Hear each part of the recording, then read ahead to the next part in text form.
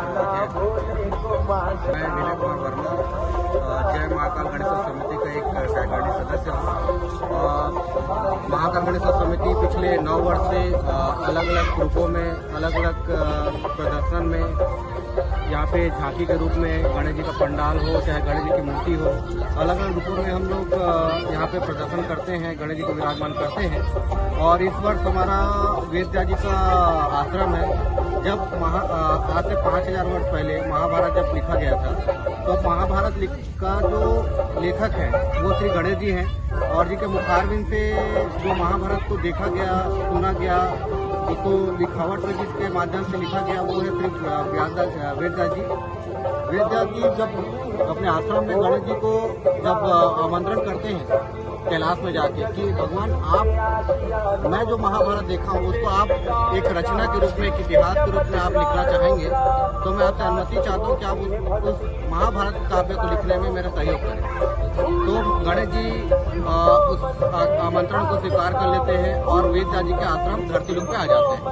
जब गणेश जी वेदव्यास जी से जब चर्चा करते हैं कि मैं कैसे लिखूं, तो वेदव्यास जी गणेश जी से चर्चा करते हैं कि मैं वो काव्य बोलते जाऊंगा, यदि आप उसके उस क्षण को आप समझ के उस अर्थ समझ के उसको लिखेंगे और उसके बाद उस क्षण को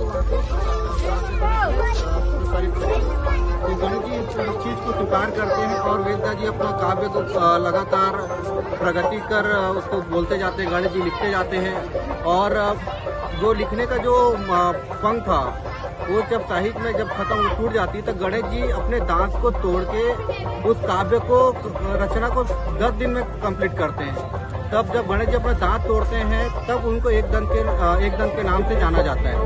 तो इसी रूप में हम लोग वेदव्यास जी का आश्रम यहाँ पे पुनः स्थापित किए हैं और अंदर में हमारे गणेश जी विराजमान हैं जो महाभारत की रचना कर रहे हैं और वेदव्यास जी उनको निर्देश दे रहे हैं, उनको जानकारी दे रहे हैं कैसे लिखना है। और पिछले वर्ष हम महाकाल का वो बना शिवलिंग का रूप दिए थे, उससे पहले हम बद्रीनाथ जी का पंडाल तैयार किए थे, उससे पहले हम केदारनाथ जी का पंडाल तैयार किए थे।